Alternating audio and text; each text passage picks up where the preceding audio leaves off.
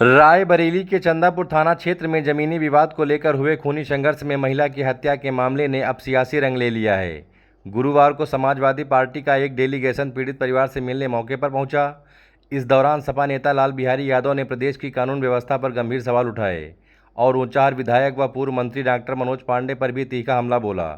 उन्होंने आरोप लगाया कि मनोज पांडे गरीबों की ज़मीन कब्जा करने की कोशिश कर रहे थे, लेकिन समाजवादी पार्टी के हस्तक्षेप के बाद उन्हें पीछे हटना पड़ा। डेलीगेशन में शामिल सपा नेताओं ने कहा कि जब एक महिला की खुलेआम हत्या हो रही हो और आरोपी खुलेआम घूम रहे हों तो यह प्रदेश सरकार की नाकामी को दर्शाता है। उन्होंने रायबरेली जैसे जिले में अपराधियों के बड़े हौसलों पर गहरी चिंता जताई। सपा नेताओं ने स्थानीय प्रशासन पर लापरवाही बरतने का आरोप लगाया और पीड़ित परिवार को न्याय दिलाने का भरोसा दिया। आइए आपको सुनाते हैं कि आखिरकार क्या कहा सपा नेता लाल बिहारी यादव ने। मुझे समाजवादी पार्टी के राष्ट्रीय अध्यक्ष महोदय द्वारा एक प्रतिनिधिमंडल बना करके यहाँ भेजा गया है ये जानकारी के लिए कि इस रायबरेली में ये जो थाना है चंदापुर, इसमें जो घटना हुई है 6 जुलाई को, क्या उसमें वास्तविकता है, क्या सही है, और सबसे पूछ करके और सबका बयान ले करके उसको देख करके जो है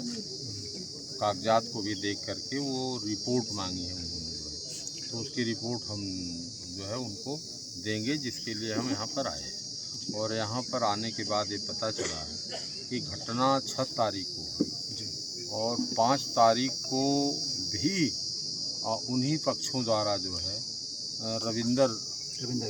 को मारा गया जो है, और वो थाने पर गए और थाने पर जाने के बाद उन्होंने उनकी पत्नी ने तहरीर दिया और उनकी पत्नी की तहरीर को वहाँ पर जो एसआई थे, क्या नाम था, रवि पवार ने कोई संज्ञान नहीं लिया। अगर उनकी तहरीर को रवि पवार जो एसआई थाने के थे अगर संज्ञान ले लिए होते, विपक्ष को बुला लिए होते या उनको रात में ही उनको पकड़ लिए होते जो है और पूछते कि नहीं ऐसी घटना क्यों हुई, तो ये 6 तारीख को जो है ये हत्या नहीं होती। तो ये पुलिस के लापरवाही की वजह से उसमें थानाध्यक्ष को जानकारी रही हो या नहीं रही है, लेकिन सबसे ज़्यादा जुर्म तो रवि पवार का है, जिनके समक्ष जो है प्रार्थना पत्र रविंदर की पत्नी ने ले जा कर के दिया। रविंदर घायल थे, वो नहीं जा पाए, उनकी पत्नी ने जाके दिया और उसने संज्ञान नहीं लिया, और जिसका नतीजा है कि 6 तारीख को इन लोगों ने गिरोह बना करके और आकर के एक बैग जो है हमला करके जो है मारने के लिए, तो मैं देख रहा हूँ हेड इंजरी सबके है। और इनकी जो बहन थी जो वहाँ पर स्लैब लग रहा था उसमें खाना वाना बनाने के लिए जो है अपने घर से आ गई कि हम चलें ज़रा खाना वाना, भाई का मकान बन रहा है तो खाना बना देंगे, तो उसके लिए वो आई थी, उसको भी नहीं छोड़ी, उसको भी मार करके उसकी हत्या कर दी जो है। तो इस तरह से ये बहुत दर्दनाक घटना है। और इस इलाके में जो है कुछ दबंग लोग हैं जो कि तनिक भी विवादित ज़मीन अगर होती है तो उस ज़मीन को फिर खरीद लेते हैं, फिर दबंगई की बदौलत कब्जा कर देते हैं। जो हौसला प्रसाद जी हैं उनका आराजी नंबर 1437 है, इनका 1438 है, दोनों के बीच में मेड़ सरकारी पड़ी हुई है। लेखपाल कानगो ने पैमाइश किया, उसकी रिपोर्ट भी दे दिया कि नहीं ये जो है 38 में अपनी भूमधरी में बना रहे हैं, ये जो 37 है हौसला प्रसाद जी का, यह नंबर दूसरा है, इस नंबर से या इस नंबर इस कंस्ट्रक्शन से कोई मतलब नहीं है। यह रिपोर्ट आने के बावजूद भी इस तरह से दबंगई और गुंडई की गई, और गुंडई और दबंगई का इंतहा तो तब पार कर गया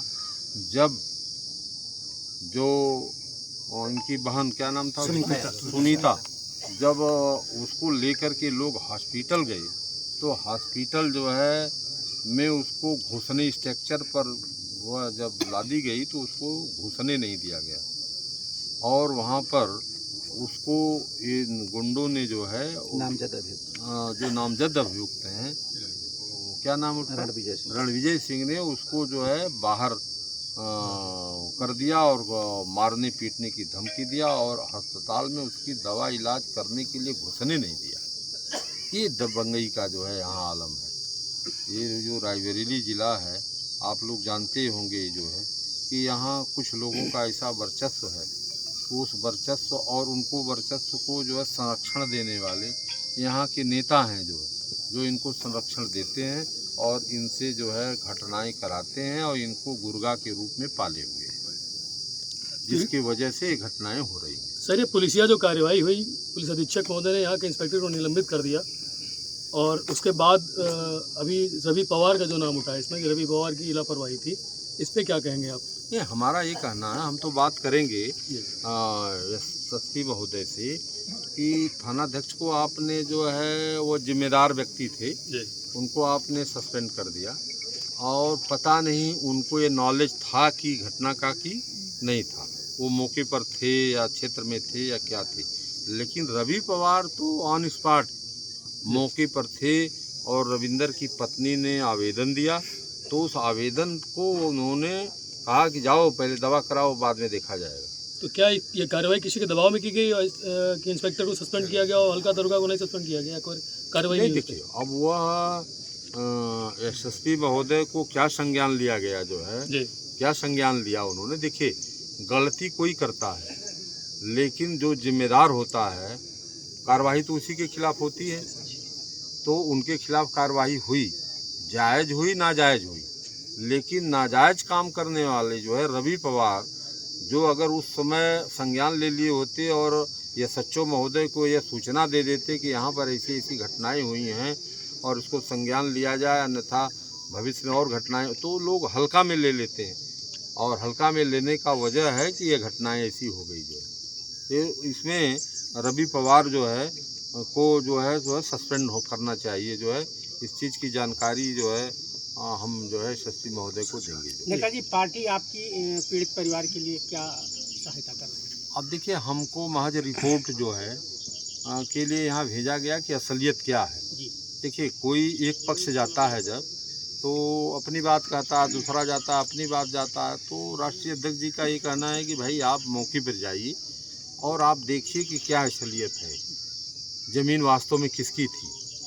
और कौन कोई ये नाजायज़ थे कि वो नाजायज़ थे, ये बात तो जानते नहीं। तो अब यहाँ आने के बाद